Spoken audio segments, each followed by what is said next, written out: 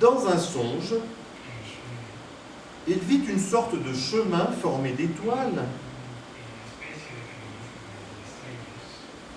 qui commençait près de la mer du Nord, donc c'est la mer entre, disons, la Grande-Bretagne et l'Allemagne, enfin pour la France, pour la mer du Nord,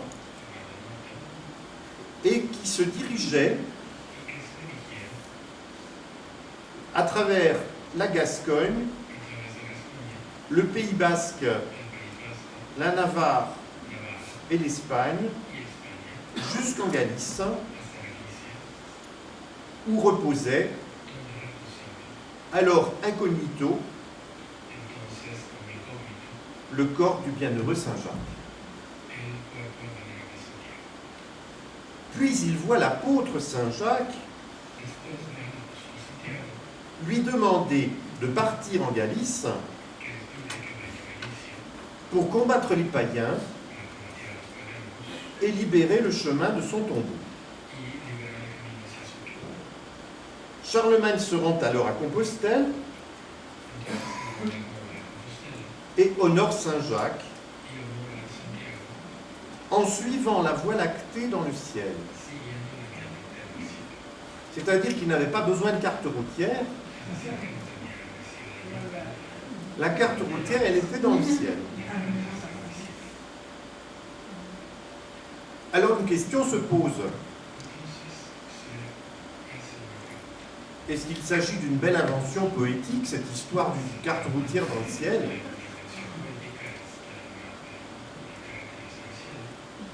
Ou bien est-ce que la Voie lactée indique véritablement le chemin de Compostelle quand on est disons, dans le nord de l'Europe? Autrement dit, la Voie lactée peut-elle indiquer un trajet que l'on peut suivre sur la Terre?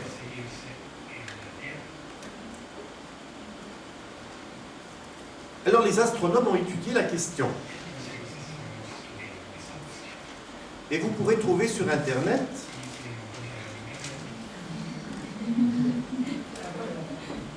un site très sérieux qu'un astronome a consacré à la question. Je peux vous donner l'adresse tout à l'heure Internet si ça vous intéresse. Et il nous fournit cette carte, donc la suivante.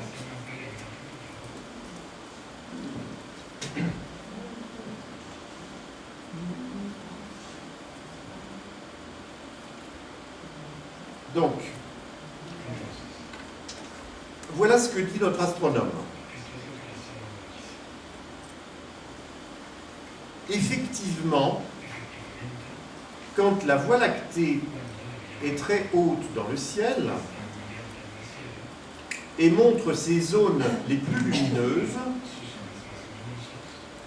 elle traverse le ciel du nord-est au sud-ouest et indique bien la direction de Compostelle pour nos régions, c'est-à-dire c'est un Français qui parle, donc quand on est en France ou quand on est, vous voyez, dans le nord d'Europe, à la rigueur en Allemagne aussi. Hein,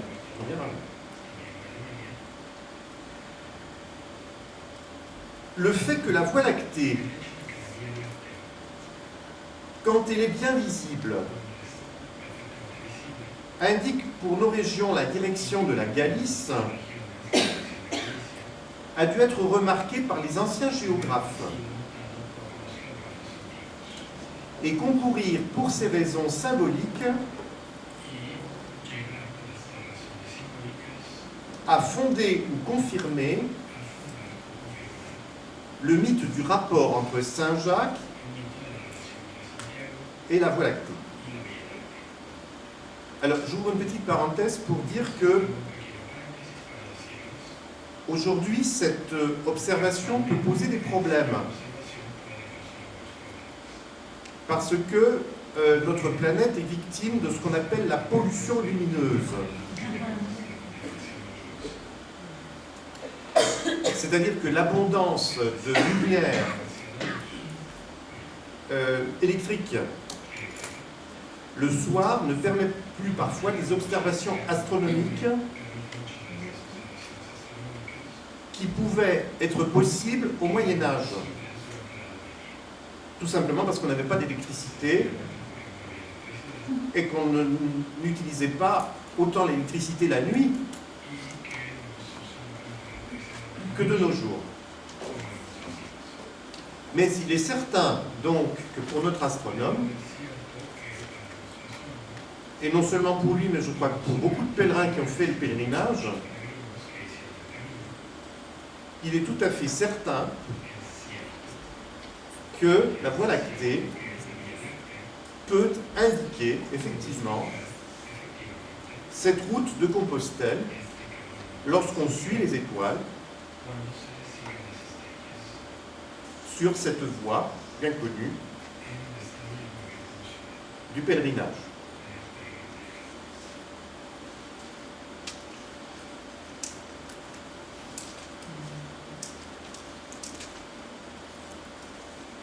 Je regarde si je me... Encore un petit peu de temps.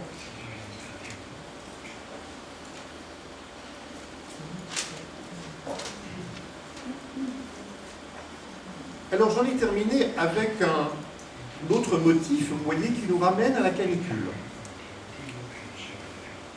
Puisque la Voie lactée est particulièrement visible lors de cette période de l'année. On ne la voit pas à tout moment. Elle est parfaitement visible, encore une fois, dans cette période qui, justement, est marquée par la commémoration de Saint-Jacques.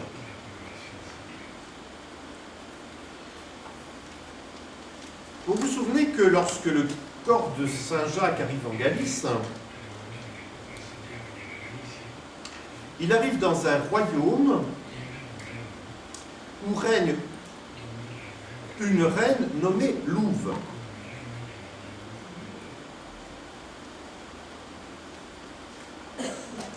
Et Jacques de Voragine nous dit, cette reine portait bien son nom parce qu'elle n'était pas très sympathique.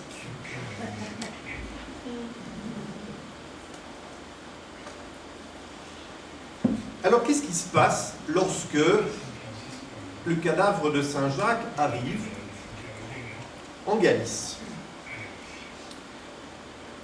Vous vous souvenez qu'il y avait des gens qui l'accompagnaient et qui le surveillaient. Ils déchargent le corps de la barque,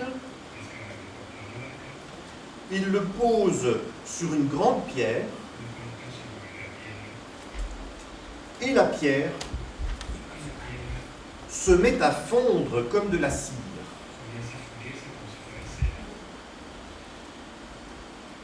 Et même, la pierre va former une sorte de sarcophage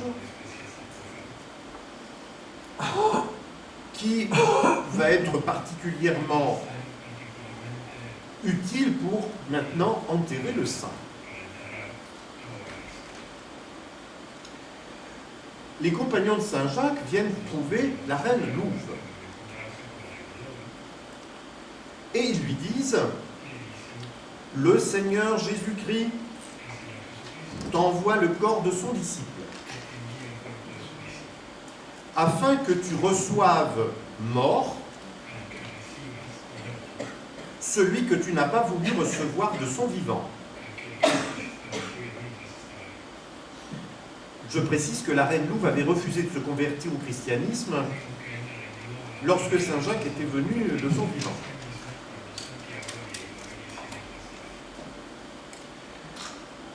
Alors que va faire la reine Louve? Elle va leur dire, prenez mes bœufs qui sont à cet endroit sur la montagne,